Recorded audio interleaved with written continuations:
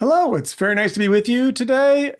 Thank you so much for joining us for this, our first event of the spring 2026 semester. My name is Dr. Brian Henning, and I'm a professor of philosophy and environmental studies at Gonzaga University in Spokane, Washington. And I had the pleasure of also serving as the director of the Gonzaga Institute for Climate, Water, and the Environment. As you know, we have a really excellent lecture tonight. Before we get into that, I'd like to share with you what else we have coming your way this semester. So uh, our next event is going to be on February 24th, which will be with Dave Updegrove, who's the Washington State Public Lands Commissioner with the Washington State Department of Natural Resources. We'll be talking about holding our values in a changing climate. That event will be, as like all the others, free and live streaming. Make sure you get registered for that event. It will be exceptional. Then on March 3rd, we're going to have two colleagues, Vanessa Waldreff and Dan Fruchter, who've joined the Climate Institute and the law school here at Gonzaga to launch a new environmental and climate law clinic. And they're going to be reflecting on the work that they're doing together through that clinic with law students in the Inland Northwest on behalf of the communities, lands, and waters of our region. And that'll be on March 3rd. On the 26th of March, one of my colleagues from civil engineering, Dr. Joshua Schultz, will be talking about his research on structural design and lightweight architecture, how to reimagine the built environment. That will be excellent. And then our keynote this semester is with Terry Tempest Williams, New York Times bestselling author. Highly recommend not missing that event. If you're at all anywhere in the region, it would be wonderful to have you here on campus in the ballroom to hear a reading from Terry Tempest Williams' newest book, which is just recently coming out, and then hear some discussion. We're co-hosting that event with Gonzaga's Visiting Writer Series, one not to miss on April 7th. And then we'll end this semester on April 20th, Earth Week. We'll be hosting an event on AI, climate change, and energy demand, a topic that is much on many people's minds as our world is rapidly changed by this new form of technology. Is it possible to meet both our climate goals and meet the energy demand to fuel the data centers needed for the AI revolution? So that'll be an important and interesting topic on April 20th. Hope to see you for that. As you can imagine, hosting these events takes considerable resources, although each event varies in how much it costs to run. On average, each event is about $1,200. If you have resources and you enjoy these events, we very much are interested in keeping them free and open to the public, live streaming, recorded, available to you. And so if you value them and you have a little bit of resources to share, we would invite you to help us to continue this work on behalf of our community. So with that, it's my pleasure to introduce our speaker tonight, who is Erik Schlenker-Goodrich. He's the executive director of the Western Environmental Law Center, working from Taos, New Mexico. Erik is a seasoned litigator and policy advocate at the federal and state levels, whose work centers on the protection of ecological resilience and a just transition from fossil fuels. Erik is a graduate of Cornell University with a BS in Natural Resources and a concentration in American Indian Studies. He earned his law degree and certificate in environmental and natural resources law from the University of Oregon School of Law. I should also mention, in full disclosure, that I'm honored to be on the board of directors for the Western Environmental Law Center and really get to see up close the amazing work that WELC does on behalf of the public lands in the West. So please join me in welcoming Erik to our event tonight. Thank you, Brian, and thank you for the Institute for Climate, Water, and the Environment for the invitation to present today and to kickstart this season of webinars and events. Would most definitely encourage you to join in all of them. I'm going to work through some of the logistics right now of just making sure I can share my screen properly. Hopefully this works.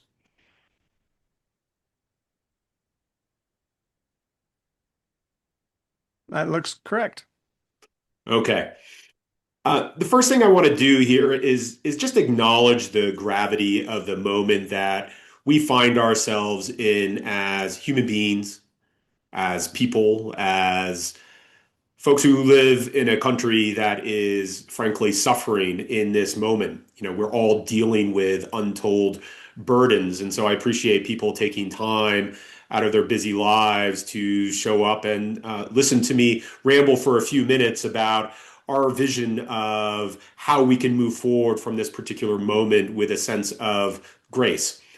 And just as a little bit of background, about a year or so ago, the Western Environmental Law Center team, we met in Eugene, Oregon, and we got together to deal with the Trump administration to strategize about what we were going to do in this particular moment. Everything I say today is a function of the inspiration and muscle that the organization has brought to the table over the course of the last year, from staff to board. And the fact that Brian, Dr. Henning, is on our board, I hope speaks volumes about who we are as an organization. The fact that we have a philosopher on our board of directors to help guide our strategic litigation and policy advocacy. I think you'll find from my presentation, it is not going to have a lot of citations to the U.S. Code or Code of Federal Regulations. I'm not actually going to talk a lot about litigation per se. Rather, what I'm going to talk about is a generational strategy to revitalize the domain of environmental law. Because what we're witnessing with the Trump administration is that this domain is very much under assault. But it's under assault not only by the Trump administration and the various interests that support it, but also by a centrist bloc of thinkers, and I'll get to that at the end of my presentation, that have rallied around the banner of abundance, premised on a book that was authored by Ezra Klein with the New York Times, and then another pundit, Derek Thompson. And I'll speak to that at the end. But what I really want to do today is to talk about how we are approaching this moment, how we are going to fight our way through this moment, and how we're going to create something new. This is the basic flow. The slide you see here is the basic flow of our presentation, starting with sort of the sobering reality of the moment we are in.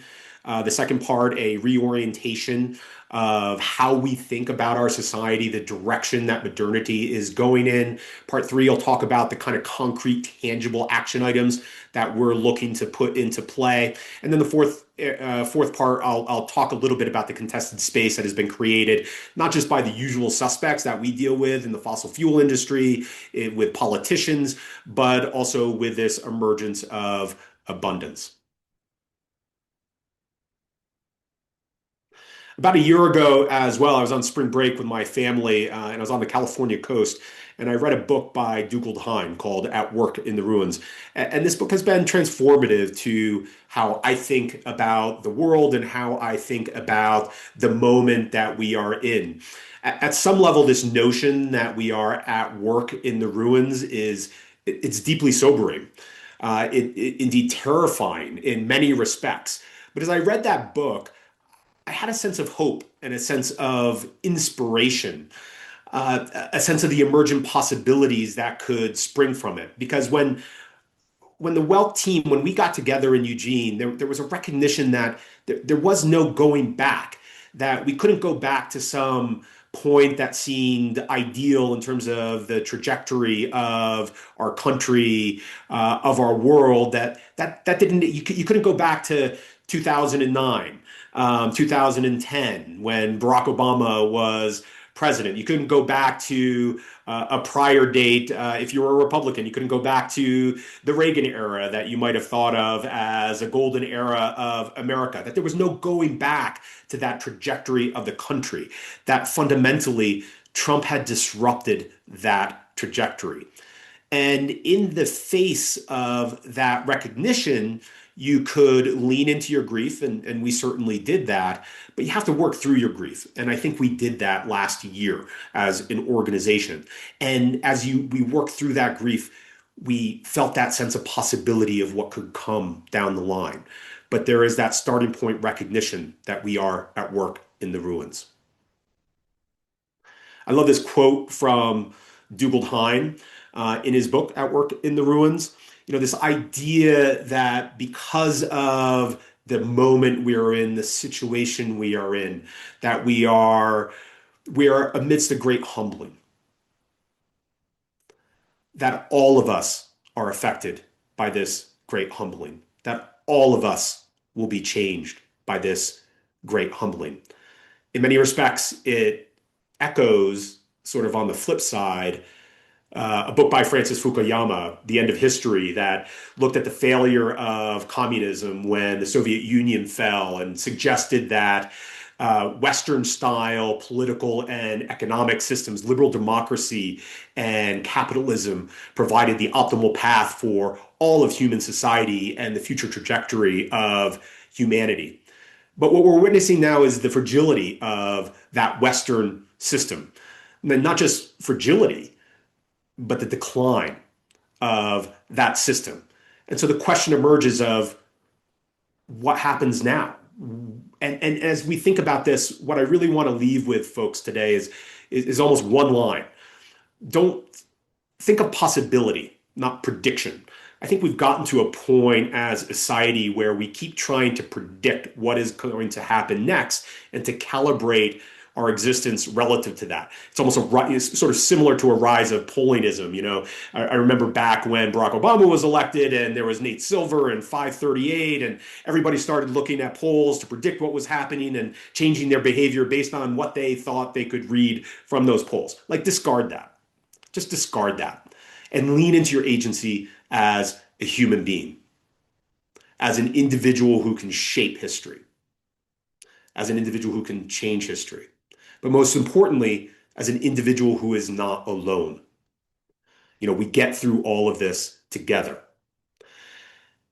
And in thinking about us not being alone, that's not just thinking of us as selves within a field of selves with other human beings, but with the world around us. And at the Western Environmental Law Center, we refer to this as an ecology of kinship. And it is the key to how we think about everything. It very much is a riff off of Joanna Macy's work that reconnects, to reconnect with ourselves as human beings, reconnect with our communities, to reconnect with our country, to reconnect with the land and the environment around us, those ecological systems that are essential to a thriving society and a thriving world based on ethics and morals. Now, as we think about the gravity of the moment that we find ourselves in, the ruins, like why are we here? And I like this notion of the polycrisis. And the polycrisis, the specific little lines and dots, you can play around with it. And I'm sure this presentation, you can get the presentation and the links and the images, and you can look at them all you want. You can Google them and check them out. But the polycrisis is essentially a collision of different crises: political, ecological, economic, social, religious, everything.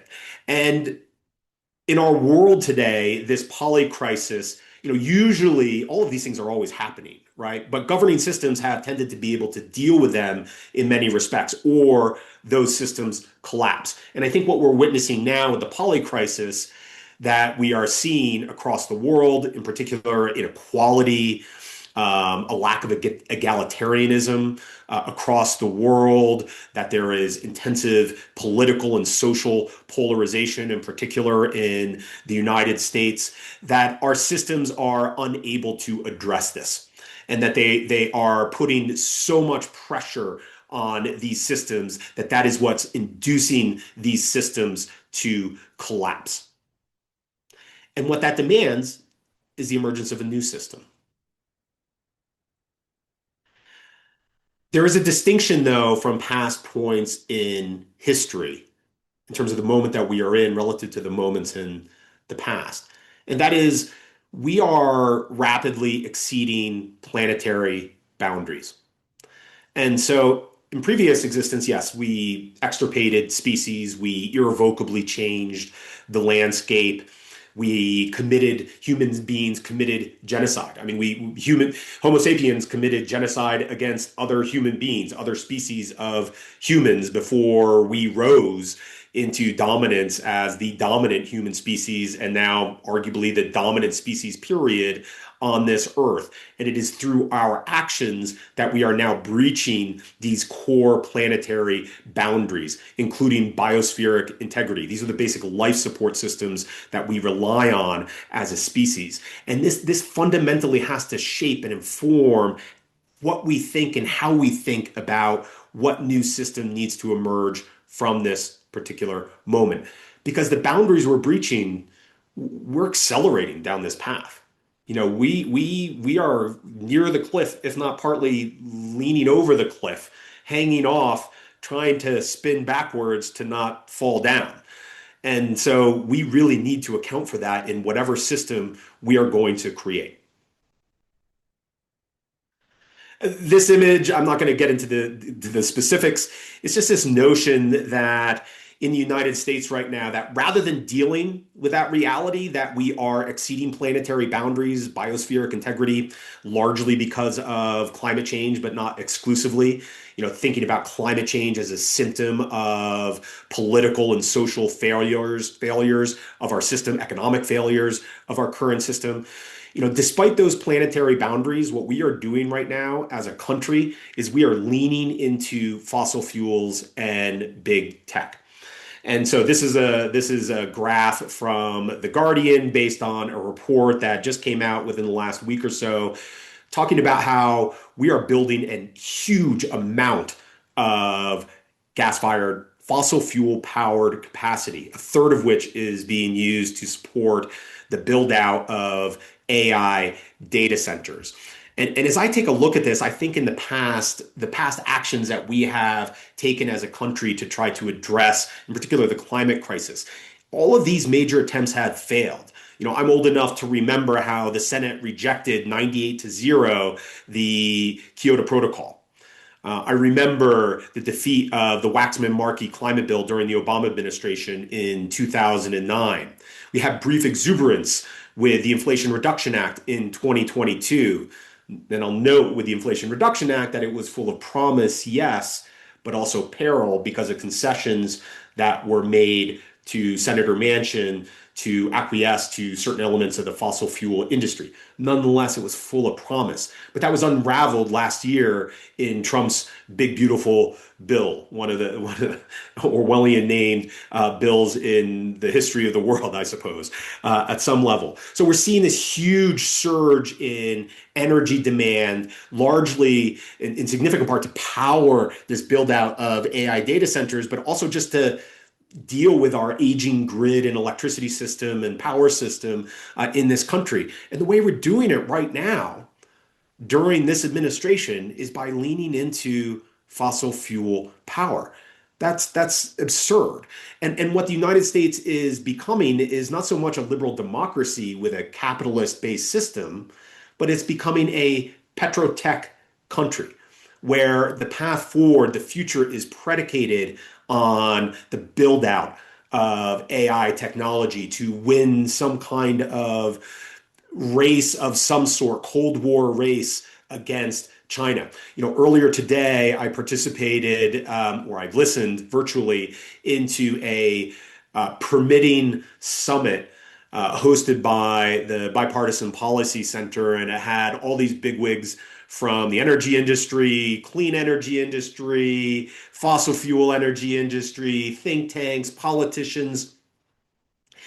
All of it was grounded in this notion that we need to build huge amounts of energy. We need to be tech neutral about it. We can't favor one energy source or another. In other words, we need to acquiesce to fossil fuels, but also build out renewables to support the build out of AI so that we can compete with China into the future. The entire framing of this, it just strikes me as dead end logic and logic that is not only indefensible, but has massive implications to the world we live in and to the communities that we live in.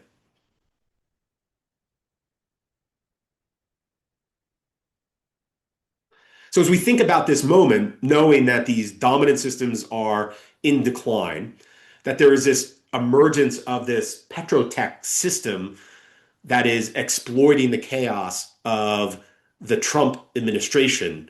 When I think about the Trump administration, it feels as if Trump is feeding off the carcass of the US Constitution and our democracy. And as he is doing so, there is this pack of hyenas, an alliance of energy and tech interests that are working to erode the bedrock environmental laws that we have relied on for half a century to very imperfectly, but nonetheless helpfully protect our ecological systems and our community systems from air pollution, from water pollution, from habitat and public lands degradation.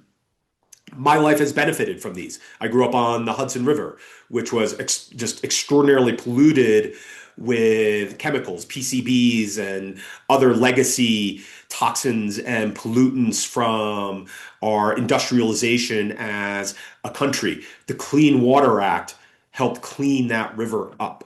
When I was a kid and I would swim in that river, fish didn't spawn, there was just, you could see fossil fuel, that glistening, iridescent glaze on top of the water. The wetlands near my home were extraordinarily degraded. Now, when I go back, and I go back each year to visit where my dad still lives down right on the Hudson. I grew up on a small farm right on the Hudson, and I'll paddle across in our old canoe, and I go over to these old wetlands, and there are bald eagles and fish spawning and turtles and lily pads and these really healthy wetlands, all in these ruins of these old manufacturing and industrial facilities. And that's at the core of who I am as a human being, that inspiration, that sense of possibility of what can be, not just a obeisance to what has been and that path dependency that implies. And so that, again, that sense of possibility, that sense of agency. And this quote from Ilya Prigogine, he's a Nobel Prize winning chemist. I love this idea that amidst all this chaos that we are amidst, that you can have these islands of coherence that form together and allow us to come together to lift this whole system up, to have a new system emerge from the ruins of the moment. And I see this possibility right now. This is an image, and I suspect most of you recognize this, from Minneapolis. We are seeing a rising of mutual aid and solidarity amongst regular people. It is power that is not predicated on our economic systems. It is not power that originates with our political leaders. It is power that is emerging from people working together in the face of that chaos. And I hope as we think about what is happening, not just in Minneapolis, but in Portland, Oregon, or in Chicago, or in Maine, elsewhere around the country, Los Angeles, other places. I know New Mexico, my home state, has been hit by this as well, that we look to those folks who are working in solidarity, providing mutual aid to their communities for that inspiration that we will need. And that's how we're going to revitalize ourselves. It's not going to be from the political leadership. It's going to be coming from us, from regular folks.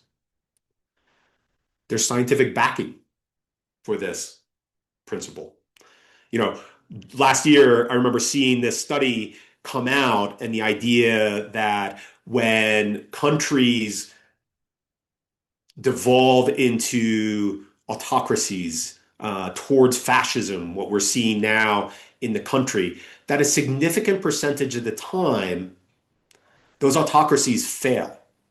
They collapse under their own weight. Their pathology of domination is not sustainable. And that when those autocratic systems collapse, in the vast majority of those situations, there are democratic U-turns. And the question is, what kind of U-turn and what kind of trajectory do we then want to go to? Of course, we're going to have to fight through this moment, make that U-turn. But then the question is, what is the destination we are going to once we make that U-turn? And that leads to part two, towards the terrestrial.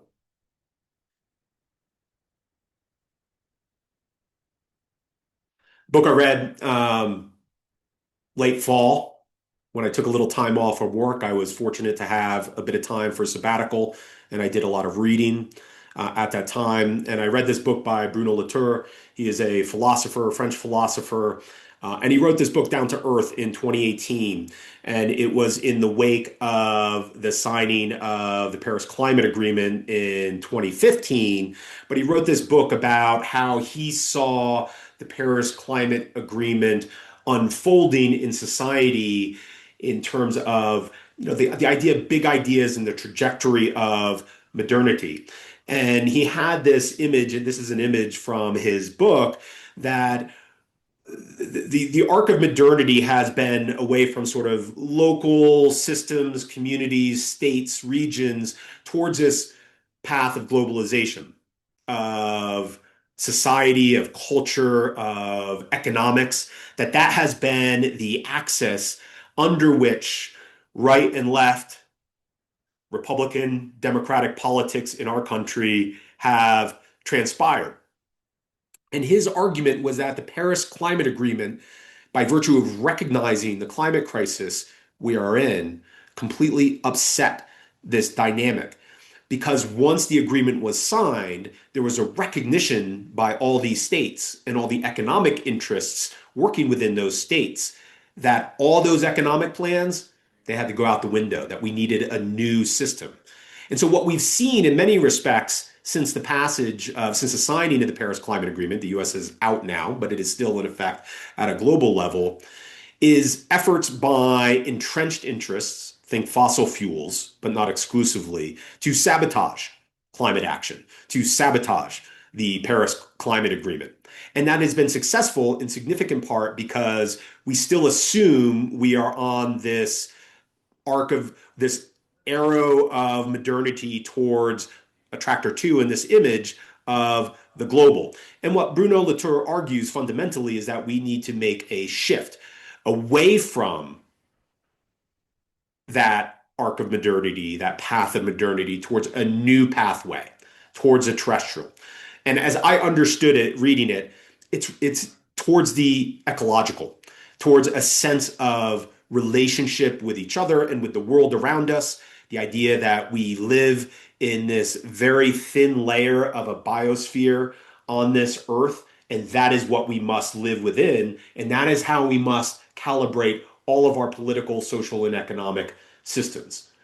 And this may seem purely aspirational right now, but I want to emphasize that we need to start with these kinds of principles as we think about how we're going to fight our way through these ruins and then create something new. This predicate idea, this core idea that we need to move towards the ecological, the terrestrial. And one thing I'll add to this too is as we do so, I think what that'll do is force a political realignment because the right left politics of that line from attractor one, the local, to attractor two, the global, and attractor four in Bruno Latour's book is sort of the proxy for that is Trump, sort of this path of complete destruction and nihilism. Uh, that will shift how we think about right or left.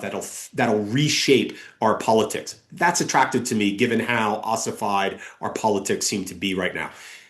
That could be dangerous, of course, which is why we have to engage in this dialogue, engage in a discourse of creating an emergent and new system. Now, the question is, how do you make that kind of shift? This is an image of systems change. The image itself was created by Neiman Lab, but credit goes to Deborah Fries and Margaret Wheatley for their concept of two loops.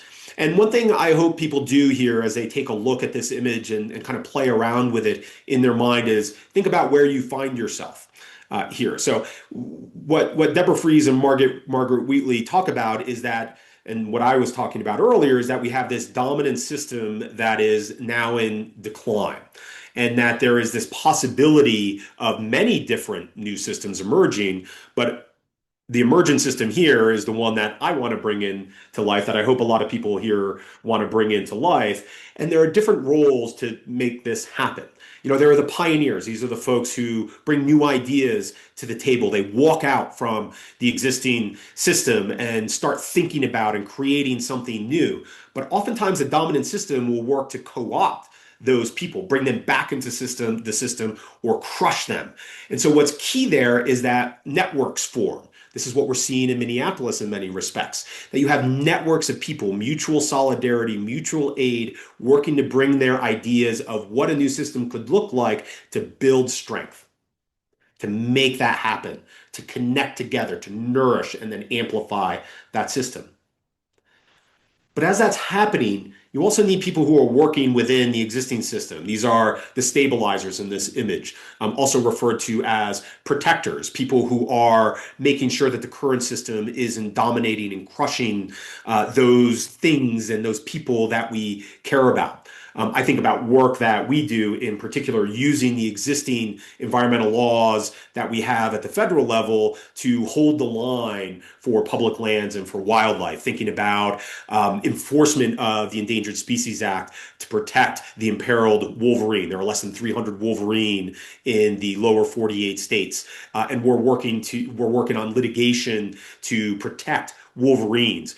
We brought litigation in the first place to compel the listing of wolverines under the Endangered Species Act, and now we're working to execute, to implement and enforce all those protective provisions that flow from that. For example, the designation of critical habitat, the development of a recovery plan that would enable the wolverine to get off of the Endangered Species Act lists. Those are those protectors, those stabilizers.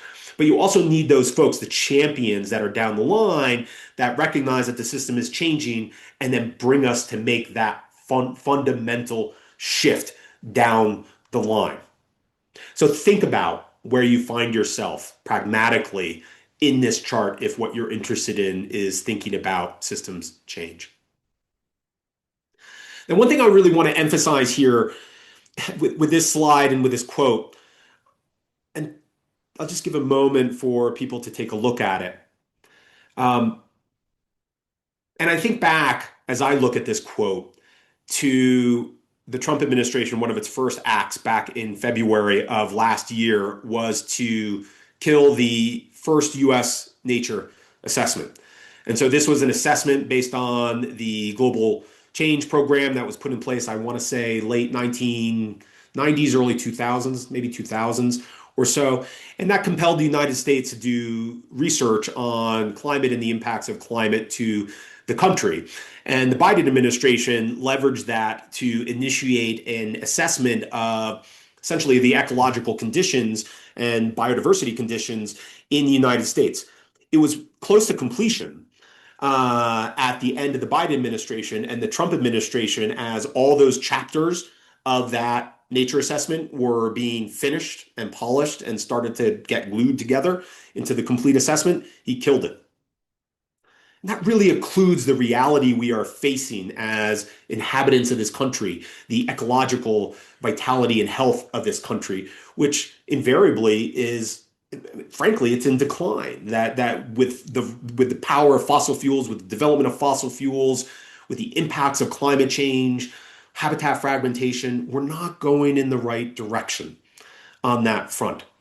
And as I think I mentioned the bipartisan Policy Center Permitting Summit earlier, what was remarkable in that conversation, and also a hearing in Senate Environment and Public Works a week or so ago that I listened to, is the failure to consider ecology, the failure to consider the health of our communities and the relationship of our communities with the places that they inhabit. Everything was fixated on how do we move capital as fast as possible to build things that create electrons to power industry, in particular the AI industry, so that we can compete with China. That was virtually the entire conversation, and not just with Republicans, but with Democrats as well. Those elites are not giving serious consideration to ecology. And that to me is deeply, deeply troubling. And I hope we can foment a revitalization of the consideration of ecology at the center of who we are as a country and the policies that we craft. And that leads to Emergent Horizons and the work that we are doing at the Western Environmental Law Center to create that new system. We can't do that alone. We're 30 staff total, 10 board members total. However great we think of ourselves, there's no way we can change the world alone. And which is why that sense of going back to that first Dugald Hine quote, that recognition that we are not alone. So as we think about this, we think first of all the partner groups that we work with and represent. Any given year, Western Environmental Law Center represents around 175 different organizations, and we take particular pride in representing community-based and grassroots organizations on the ground, a bottom-up approach to change rather than a top-down DC-based approach. And so much of this is based on that idea of bottom-up change based on the places that we live and care about. Our Emergent Horizons campaign has 5 basic parts. This idea of a socially and ecologically just transition. Folks, I suspect, have heard a lot about a just transition away from fossil fuels to renewables. What an insight that we had in our conversations internally is that we need to think really tangibly about ecology. So I mentioned the Endangered Species Act before. The Endangered Species Act protects imperiled species, but we have no general biodiversity protection law in the United States at the national level. So there are a host of species that enjoy very few protections in the country. And so that actually accelerates them onto a path towards listing on the Endangered Species Act. So one of the things that we're thinking about is we need to transition from these systems we have now, which is basically an emergency room healthcare system for wildlife, and to create more proactive systems that protect wildlife and the relationship between those different species and the relationship between those species and the land that they inhabit, especially because climate change is fundamentally changing the ecology of our country. Protecting keystone landscapes, this second key notion, this bottom-up notion of protecting places that ecological systems can not just survive in, but thrive. And so those are the what that we're trying to do. The last 3, and this is where I'm going to really focus for the next few minutes, is the how. And there are 3 basic ideas that we've landed on. Clarify agency missions. This is the substance of what the federal government does, of what agencies do. It's the driver of Clean Air Act standards, limiting pollution, or Clean Water Act standards. It is the substance of the Endangered Species Act, the idea that we need to conserve and recover imperiled species. So clarifying agency missions. And one of the problems that we've diagnosed is that many of the agency missions we have are extraordinarily muddled, especially when it comes to energy, but not exclusively. And then the idea, and hopefully this is folks are acutely understanding of this dynamic, is fortifying government capacity. You had things like DOGE and the Trump administration writ large that have eviscerated federal government capacity. And that's by design, so that we are subordinating our sovereignty as a country and as a people to interests that are exploiting the chaos, hoarding and accumulating wealth and power at our expense and at the land's expense. And then the last idea here is this idea of revitalizing public participation, moving beyond traditional notice and comment, decision-making processes, trying to reinvigorate democracy, having more participatory democracy in play. So let's dig into some of the details here. So thinking about reimagining government, this is a basic chart. Mission comes first. Mission is upstream of everything. Once you have good mission for the federal government and for its particular agencies, the individual entities under it, that is what you use to determine what kind of capacity you need. How many staff do you need in a particular agency? What kind of budget does that agency need? And then as you think about the capacity, what is the process to make decisions to comply with the particular mission that the federal government has crafted? And with mission here, I think to Mariana Mazzucato, who wrote a great book back in 2017, 2018 called Mission Economy. And the basic idea in Mission Economy and Mazzucato's thinking was to have government shape markets, shape capitalism, to have not capitalism above our national sovereignty, but to have capitalism as a tool for us to further the public interest. And capitalism, a lot of different definitions there. I'm not taking the definition of what kind of capitalist system we have now, but think about how economic systems can work in service of the public good rather than at the expense of the public good. Now, with mission, I showed before that slide of planetary boundaries. But as I think about what the federal government's mission should be, what state government missions should be, what every individual agency under that should be doing, it's the idea of having a notion of progress that protects the ecological ceiling of the earth while also protecting and reinforcing the social foundation.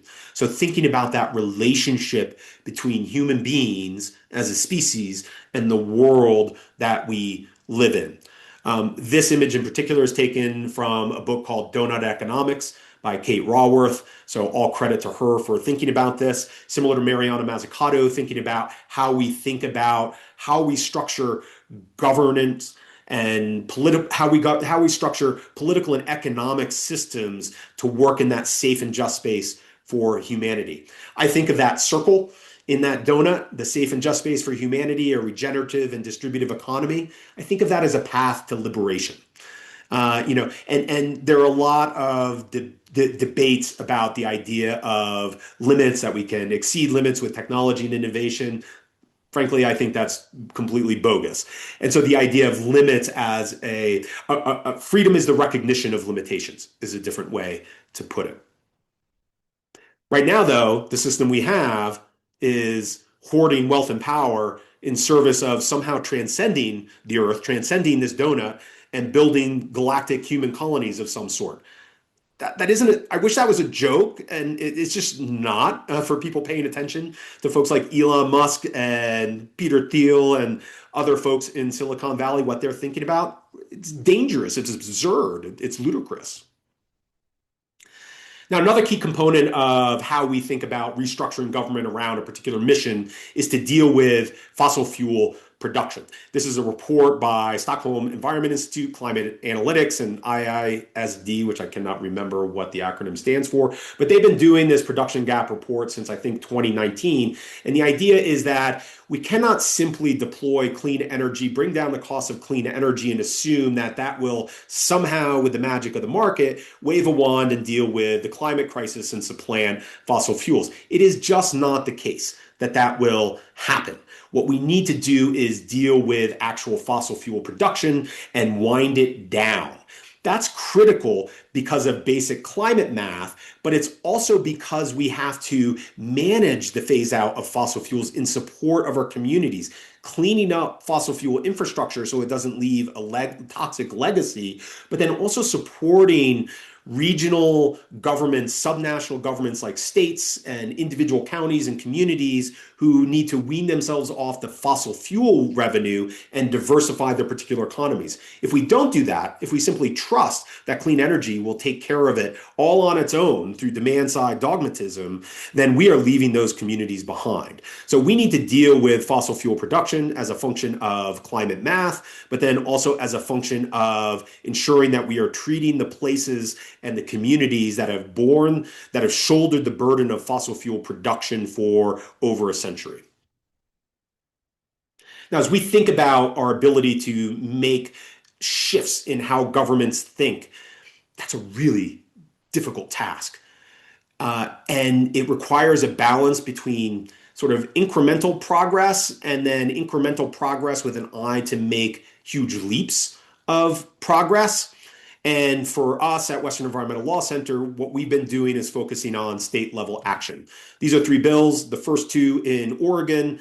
The third one is dealing with clean water protection in New Mexico. I worked on the third bill, so I'll talk about that very briefly, where in the wake of a 2023 decision, Sackett v. EPA from the United States Supreme Court, radically scaled back the scope of protection afforded by the Clean Water Act and left upwards of 95% of my home state of New Mexico's rivers and streams and wetlands completely unprotected from pollution discharges. So working with partner organizations, in particular Amigos Bravos, New Mexico Wild, we moved a bill at the state legislature that successfully to put in place a permit pollution protection system in New Mexico that covers all of our state's waters. We're now in the process of implementing that law through development of the regulatory framework.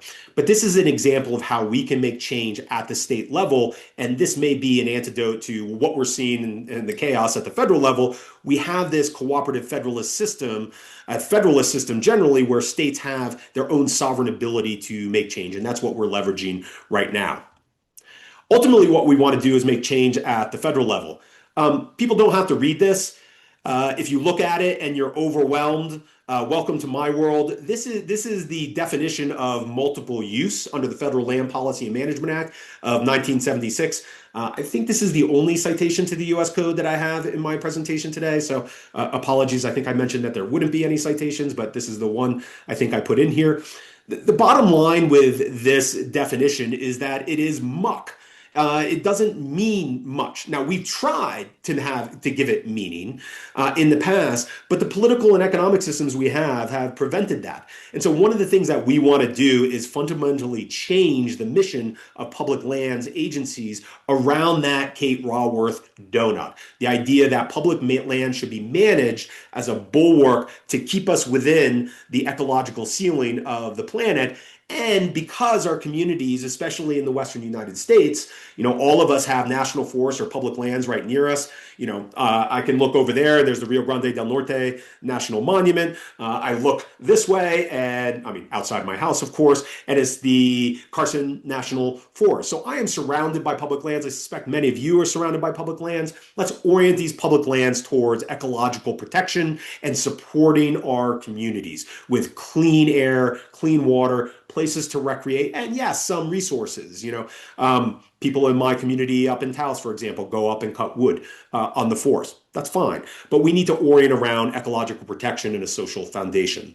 And so changing these muck definitions passed by Congress, who were essentially kicking the can to agencies to figure out how these lands should be managed because they were so dysfunctional. They couldn't clarify how they were managed. This is a political compromise. Made sense in 1976. Does not make sense in 2026. Now, we're not going to change that this year. We're likely not going to change this until 2029, 2030, when we have a new president. Might even take longer than that. But this is the kind of time horizon that we are thinking about. Not simply reacting to the political moment we are in, but trying to chart a long-term pathway towards that new system, to make that new system, that emergent system, premised on reciprocity, premised on kinship, make that a reality. Federal capacity side. So this is an idea that we're playing with in terms of how we can restructure government in support of keeping our economic systems within that ecological ceiling and to set that social foundation. There's already this thing called the Federal Permitting Council. That's that gear on the left side of your screen. We want to co-opt that system. We want to take that Federal Permitting Council that was created in sometime around 2015, 2017 or so, if I remember right. The Federal Permitting Council is actually kind of a good idea in that it's trying to coordinate infrastructure development in the United States. The problem is it's predicated on all of the above thinking and tech neutral thinking. And this is a fancy way of saying we're not going to really deal with fossil fuels. We're not going to phase them out. We're gonna acquiesce to fossil fuels, and we're gonna build everything everywhere all at once. And so that's the problem with the Federal Permitting Council. So it needs to be restructured and geared to develop infrastructure that keeps us within that ecological ceiling and sets that social foundation. Now, because they're focused on infrastructure, they're not necessarily a technical entity. So the idea would be, let's create a scientific and technical advisory council in the national academies that would provide advice and also, in a way, judge on a technical basis, on a scientific basis, whether or not what the Federal Permitting Council is doing in terms of infrastructure approvals is in fact satisfying that need to keep us beneath the ecological ceiling and set that social foundation. So that's key. What it can also do is provide flex capacity as we bring and reimagine bring back online federal agencies once the Trump administration has gone. Agencies have been hollowed out. And so they've lost huge amounts of institutional knowledge, scientific expertise, technical expertise. And so this scientific advisory could have essentially a stable of experts that could provide flex capacity to agencies as we are rebuilding and reimagining the federal government. And then the last one, CEQ Kinship Advisory Council. This is essentially an advisory council that would be built in the Council on Environmental Quality. CEQ already exists. And it would represent the voices of the future. It would represent the voices of Indigenous people, of marginalized communities, of communities across the country, trying to bring a true ecological perspective, a values-based ecological perspective to the debate. And they too would judge what the Federal Permitting Council is doing and provide guidance and advice. So you're basically creating a system of checks and balances where you're furthering economic infrastructure development, but you're making sure that it is scientifically and technically credible, and it is predicated on the values that we care about as a society. So reimagining federal capacity. Now, this isn't going to get it done alone. I didn't talk about a host of other things that I think needs to be done. We need to get rid of the filibuster. We need to get rid of the Congressional Review Act. We need to rethink about how we develop our budgets. We need to completely reform the Supreme Court. So it's not to the exclusion of those big picture ideas, but we're thinking about what we can do within our domain of environmental law. Moving beyond notice and comment, public participation. Many of you have probably participated in federal decision-making processes. The government issues some kind of notice, you submit some kind of comments written. Sometimes maybe they hold some kind of event where you can show up and give a 2-minute spiel to them, and then they go back and they typically say, thank you for your comment, and then you have no idea how it is in fact considered and whether or not in fact shapes a particular decision. Now, that's kind of worked. But it's no longer working. And in fact, it's something that can be exploited for not very good means. And so, there's a lot of debate, for example, about NIMBYism, the idea that no one wants infrastructure built in their backyard. And we need a lot of infrastructure in this country. Whether we like it or not, we're going to have to build transmission lines, solar power plants, wind facilities. We're going to have to think about lots of additional housing. But the idea, you don't want to exclude the public from it. You want to bring the public into the conversation. Why? Because that creates a sense of belonging. And through effective public participation, where we're rethinking how we talk to each other as people and how we talk to the government and how the government talks to us, that can create a sense that we're part of something bigger than ourselves, that sense of togetherness as a country, that we are going to deal with that poly crisis, in particular the climate crisis and the biodiversity crisis. The way we're going to get through that is together by sharing our ideas and having a robust conversation with each other. And so here are some ideas on here premised on deliberative democratic theory and participatory governance models, the idea that people can actually participate in a more robust way. There are examples of how this has been done globally, not so much in the United States, but globally.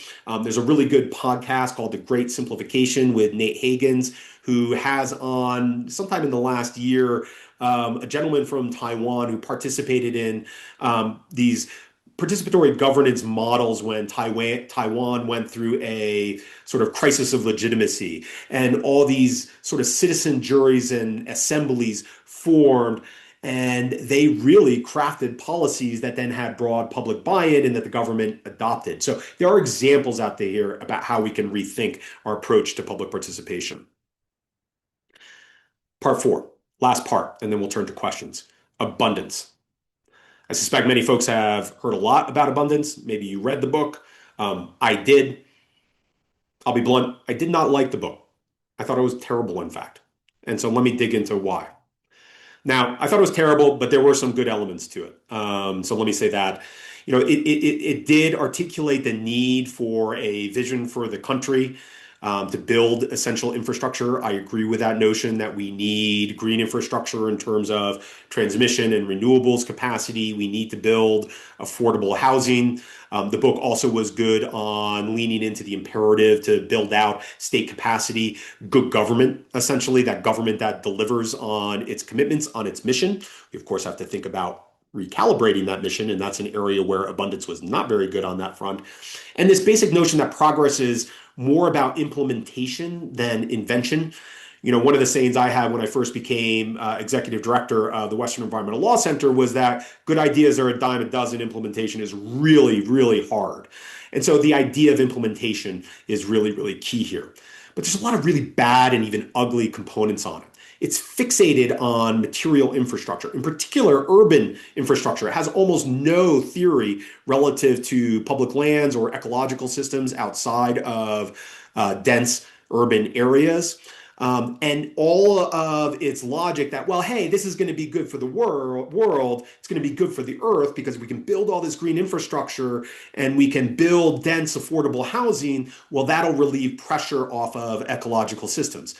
Maybe, but a lot of this is really trickled down theory in terms of ecological protection. There's no affirmative theory or no affirmative idea of how we actually protect ecological systems.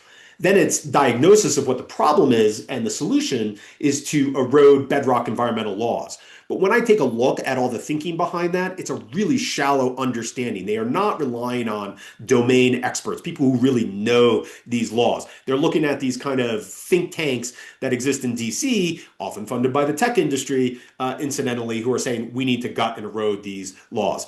And the last problem I have with it is it's a high risk of backfiring on what we need to do because it's trying to cut people out of the conversation and to shift power towards capital and towards corporations to develop this infrastructure.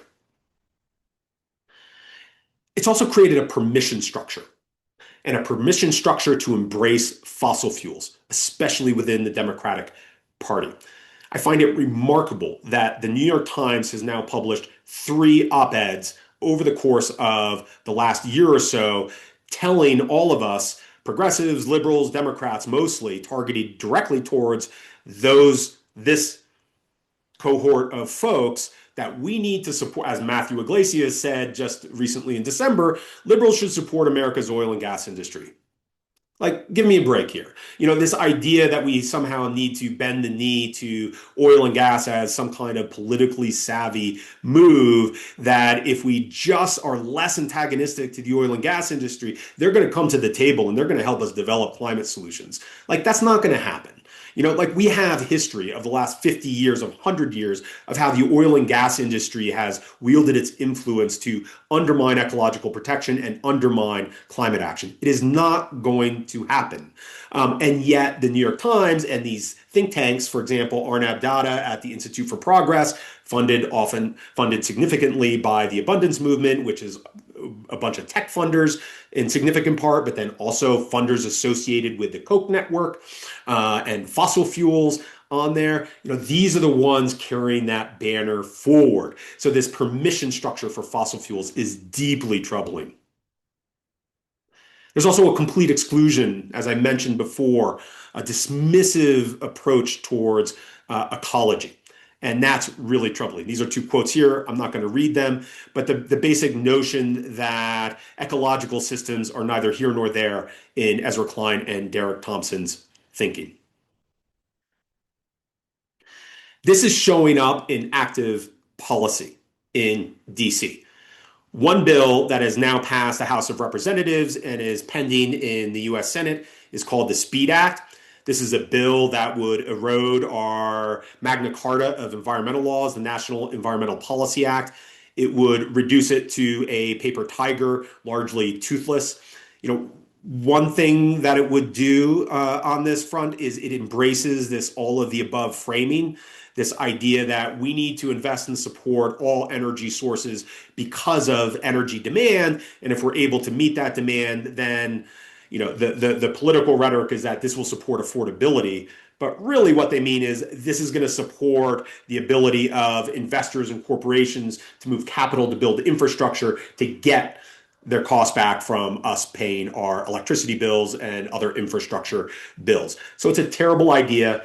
It is a very live conversation in Washington, D.C. right now. We are fighting to prevent this bill and other bills of similar ilk on this front, but I want to emphasize again that what abundance has done is not started a really effective conversation, but instead started a very dangerous conversation to erode bedrock environmental laws.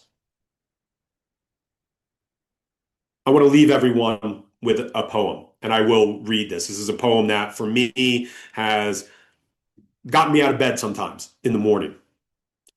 Hope sits in the trenches, the last one standing, its teeth cracked, its knuckles bruised, its body broken.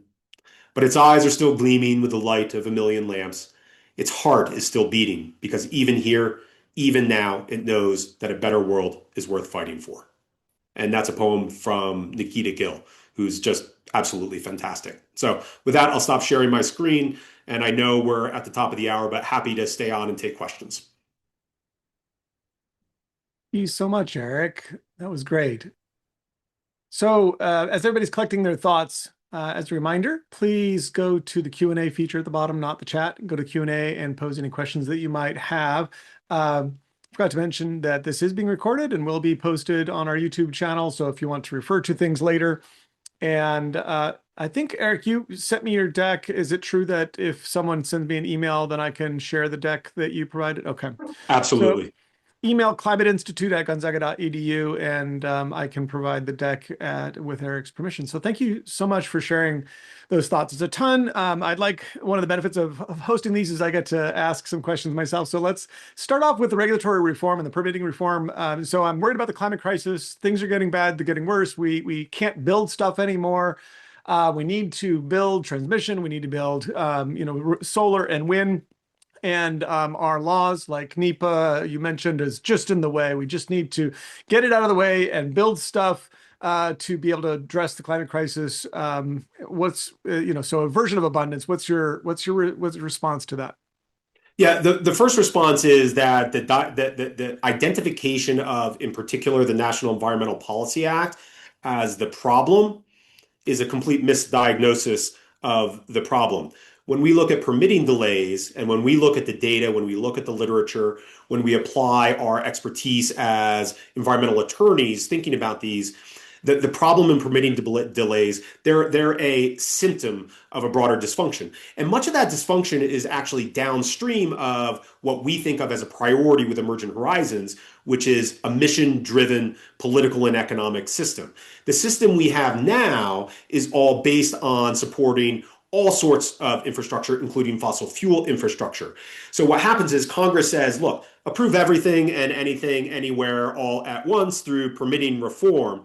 Agencies then have to struggle with, all right, well, we're getting hit with applications from all sorts of different directions. How do we prioritize this? How do we work through it? And meanwhile, the public is like, well, I don't like fossil fuels. Like my organization, well, we fight fossil fuels, but we support renewables if they're done responsibly in the right place and at the right time, and there's mitigation, et cetera. And so what happens is the permitting process turns into a proxy fight between different stakeholder interests for problems that are unresolved at the legislative and mission level of the federal government. So that's one response.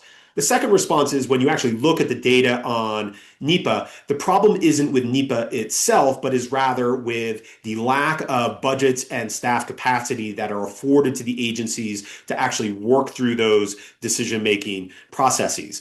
And so if you invest in the agencies and state capacity to work through the environmental review process, you can cut down the timelines substantially. The Inflation Reduction Act, in fact, provided, I think it was upwards of around $1 billion to federal agencies to work through different permitting and climate action plans. And the Biden administration was able to substantially cut down on permitting timelines for transmission and for renewables, critical minerals, et cetera. And so we saw that success, but everybody in DC right now is completely ignoring that, and they're instead trying to get rid of NEPA. Why? Because it's laws like this that are standing up against that petrotech, the emergence of that petrotech state in this country. So it's less about policy and data, and it is more a power play by certain interests in this country to get rid of the remaining obstacles that stand in their way of building out AI data centers powered by gas-fired energy. So that's the short answer. There's also a lot of literature on this front in support of it, and happy to provide that. Thanks, Eric. Let's go to a question from Sydney Ashby, who's a student here at Gonzaga, who used to work for us, in fact. She asks, can you explain further how the Emergent Horizons campaign explores more of a bottom-up approach? How does the first part, empowering a socially and ecologically just transition, start with communities? Yeah, so when we take a look at sort of an anecdote here, we work a lot on oil and gas development in the greater Chaco region of Northwest New Mexico. This is a region of immense value in terms of public lands, but also an area that is sacred to indigenous peoples, Dene, the Navajo Nation, Pueblo communities, and others. When we started to fight back against oil and gas development in that area, it is a heavy natural gas producing basin. They were trying to open up this particular formation called the Manco Shale Formation for oil shale or for shale oil development. We approached it as a sort of typical environmental problem. We're fighting to deal with greenhouse gas emissions, land fragmentation, et cetera. What we realized is that it wasn't so much an environmental problem as it was a social problem, and that the communities on the ground for most of the last 100 or so years, they were dependent on a coal and oil and gas, a fossil fuel based economy. So if we were going to prevail for the ecological values that at that time were our priority, now we care about broader social values as well, folding into that we needed to deal with the human dimensions. And so one of the things that we did was working at that community-based level with organizations in those communities, thinking about groups like Dene Care, a Dene-led organization, Tonajona Ane, another Dene indigenous-led organization, that as we were working to shut down power plants, what we also needed to do is bring money to these communities and capacity to these communities so that they could determine how they wanted to move off of a fossil fuel based economy. And so all of our work thinks about these particular places in the context and nuance of these places, and then thinks about what kind of policy structure needs to be built in so that that can actually happen, so that we're achieving decarbonization goals, we're protecting public lands, and at the end of the day, we're not leaving these communities behind. In fact, we're investing in these communities to move away from, to move beyond fossil fuels. So that's kind of the short answer. And I think it's that basic notion of bottom-up thinking. So as we think about phasing out oil and gas, the way we're thinking about it is it's not so much like a national law that says all fossil fuels shall end by 2050. It's instead creating tools and frameworks for each particular oil and gas fossil fuel producing basin to have a managed plan for phase out that is respectful of the ecological systems, cleans up those systems, and is respectful of the communities to diversify. Thanks, Eric. One of the things I really admire about Western Environmental Law Center is you do litigation, but you do all this other work within for community partners. And not being an attorney myself, that was really interesting and surprising, the litigation regulation, but also just the community capacity building, which is really cool. Let's see. Let's go to my colleague Dante.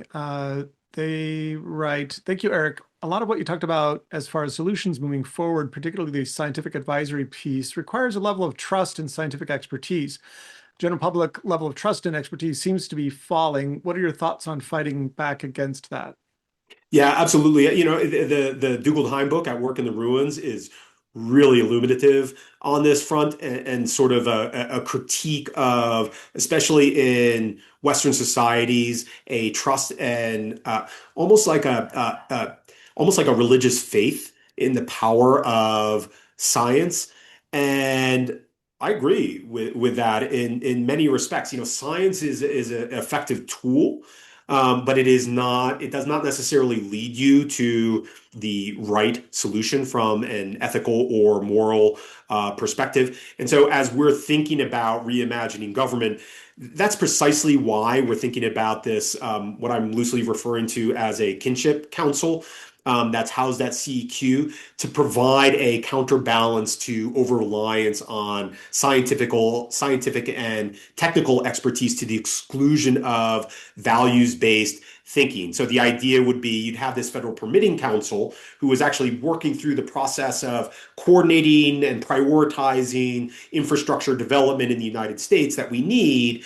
They're getting the scientific and technical capacity from that scientific entity housed at the national academies, so that what they're doing is actually, yes, this will decarbonize to the following degree. If you want to build something in this area, here's the best way to build it and to connect with the grid. But then at the same time, you have this values-based entity. The Kinship Council says, whoa, whoa, whoa, let's hold on here. Let's not punch these transmission lines directly through sacred Dene lands, or let's not put this through the last remaining habitat of the wolverine, something along those lines. So there's this counterbalancing that creates an angle of repose between these different entities that ideally is, yes, economic oriented, scientifically oriented, but ultimately values oriented. So the idea is don't trust science standing alone, but create new structures that balance scientific capacity with economic capacity and thinking and moving capital, and then with values as well. If I was understanding that slide when you had the three gears on there, that was about changes to government structure and function, and right. So it's we still have this problem because we have representatives elected by people who have the views they do about science, for example. But you could have the ability to affect how science is used within government decision-making processes, and so you wouldn't necessarily have to just figure out how to change society's views of science in order to be able to do that. You'd still need to be able to get win an election, I suppose. But Yeah. So it's not unrelated, but you're working at the level of government systems change. I take your point. Yeah, I mean, thus that broader political reform, that would be electoral reform, voting reform, uh, reforming the Supreme Court, that sort of thing, getting rid of the filibuster to change the ossification of policymaking in Congress, where now anything big that goes through has to go through a budget reconciliation process. So the only policy levers we have are really budget related. You can't make more fundamental changes to agency missions or policy because of the filibuster. So those structural reforms are they're a precondition of our ability to move forward with what I was envisioning, what we're envisioning in that slide with those three gears. That has to happen as well. I don't want to get It's a tall task. It is daunting to think about. We could keep going down this rabbit hole, but I think of the Supreme Court and Chevron defense, and it's sort of you know how much farther back would we have to go to be able to get to a point where agencies have any ability to make these decisions is a hard sort of overall challenge that we've created for Absolutely. ourselves. So we've got a group of students who are doing a watch party of this is how we roll here. I love it. They say, how do we balance the need for environmental action or policy with the need for action to protect immigrant communities, other communities facing violence, and other social problems? Yeah, I can repeat that if that would be helpful. I'll riff off that. I mean, my perspective is, take a look. We just put out a statement earlier this week. The weeks are long right now, and I kind of my timeline internal clock is a little messed up. We just put out a statement regarding what was happening on the.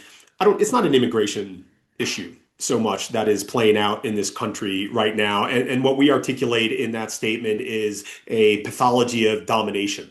And the idea that you have a president who is Machiavellian in nature, a profound narcissist, and then also someone who is simply cruel.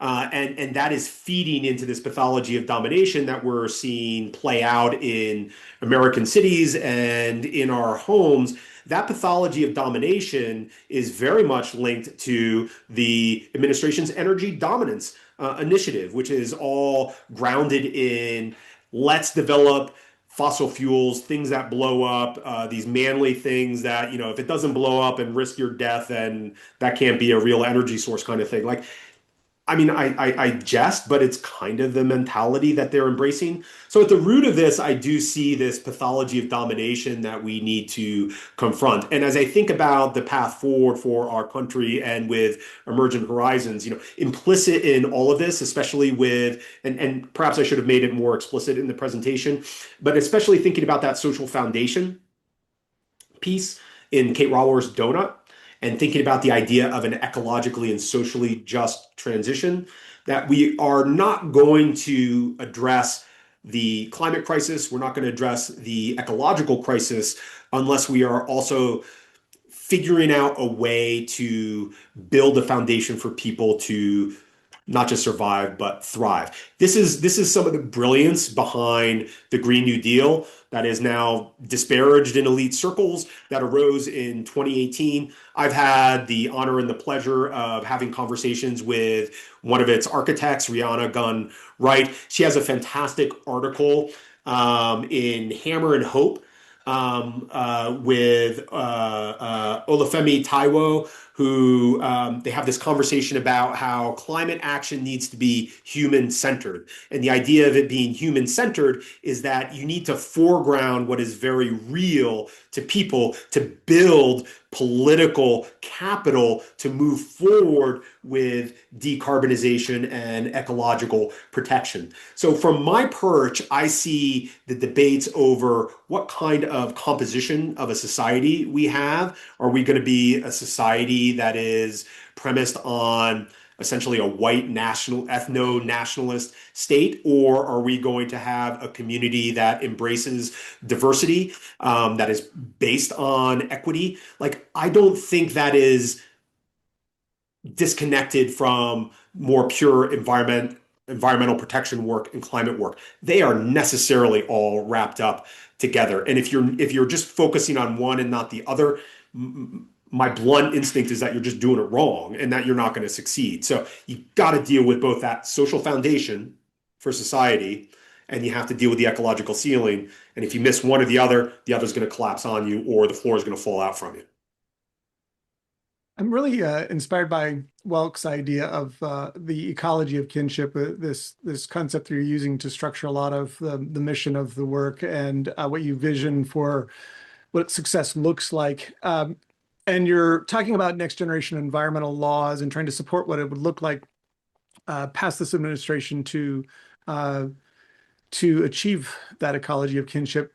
As I understand it, right now, our legal system is structured such that only human persons or legal persons are having having legal standing, and right. And so, do you think that in order to be able to if some community members in the ecology of kinship are just systematically excluded from legal consideration, they literally have no standing, their property, nothing else, we can try to protect them as a form of property, but ultimately they don't matter for themselves by definition. Don't we need in some ways to figure out a way to then recognize the legal standing of non-human persons, whether we're talking about rivers or non-human animals, other members of the community of life, rights of nature, not just to nature?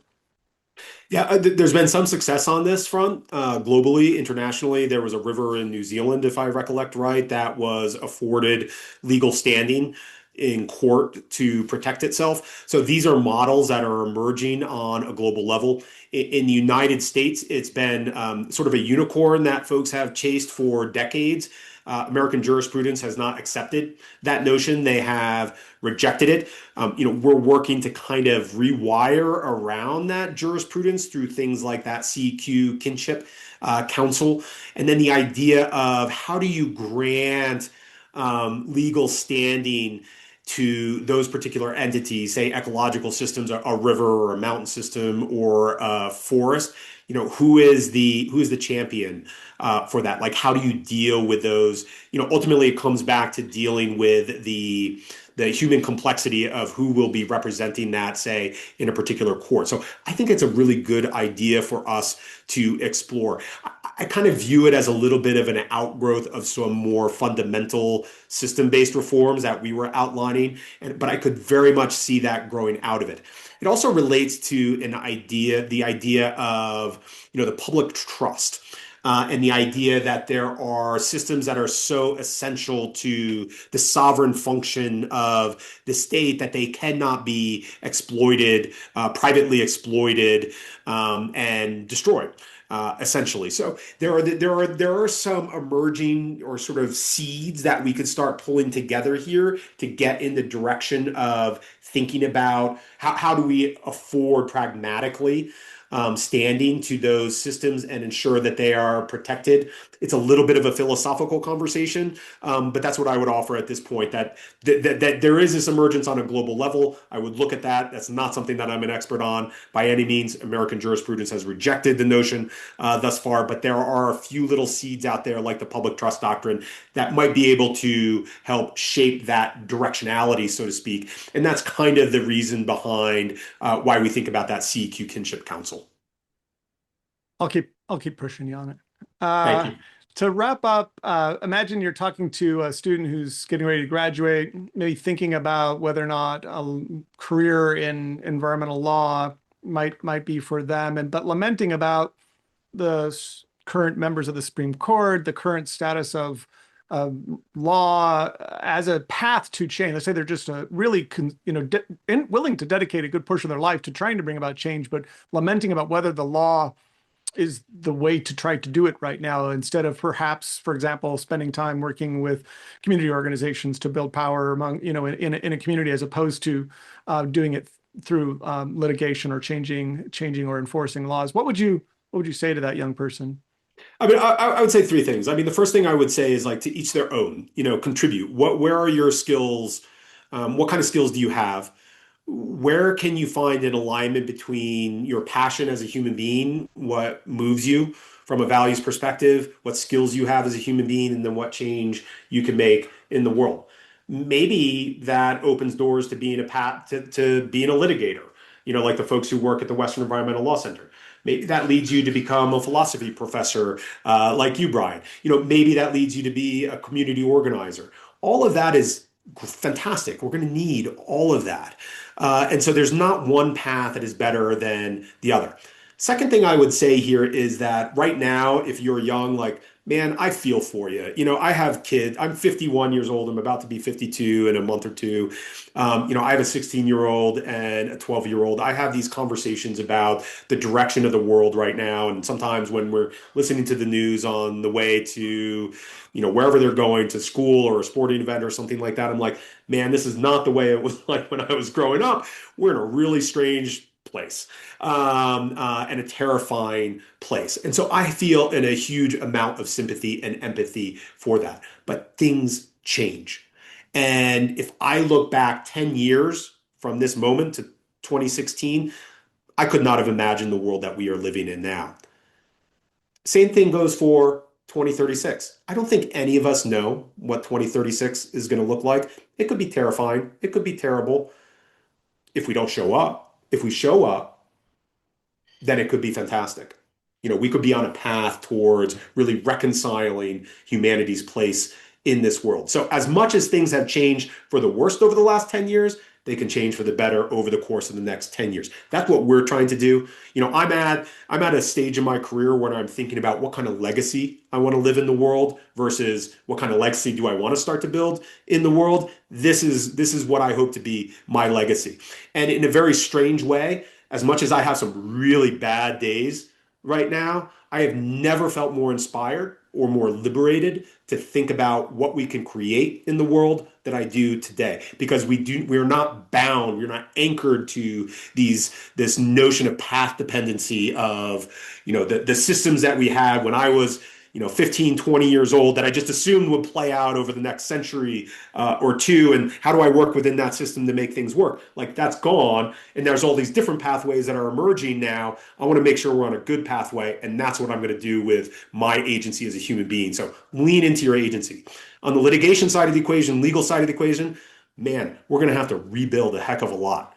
in terms of the domain of environmental law, infrastructure development, agency capacity, et cetera. We're going to need good human beings to do that. So I'd encourage you to look into that if you can. And again, with that sense of agency, but not agency alone, but agency together with other folks out there, whether they're folks like me who, getting into that tail end, last 15 years of their career, or folks in your classes right now. And I'll note that a lot of the folks that I know from law school, from college, like those are the people I'm fighting with right now. So those networks that you're building with your colleagues, man, fast forward 30 years, I'm still having similar conversations with folks I was having a beer with in DC when I started my career as an attorney. Thank you so much, Eric. If anybody's interested in learning more about Western Environmental Law Center, I think that you can go to westernlaw.org and learn about the work that they're doing and how you can support them. Thanks, everybody, for being here. Our next event is February 24th, holding Our Values in a Changing Climate with David Upgrove, the Commissioner of Public Lands here for Washington State. Let's all use our, if you go to the bottom in reaction, this is one of the dissatisfying things about a Zoom lecture is you don't get to hear the raucous applause. So get a little bit of love for Eric there in the reaction. Thank you so much for being with us today, and hope to see everybody again soon. Thank Take you care. all. And thank you again, Brian, for the invitation into the Institute for Climate, Water, and the Environment. Great honor.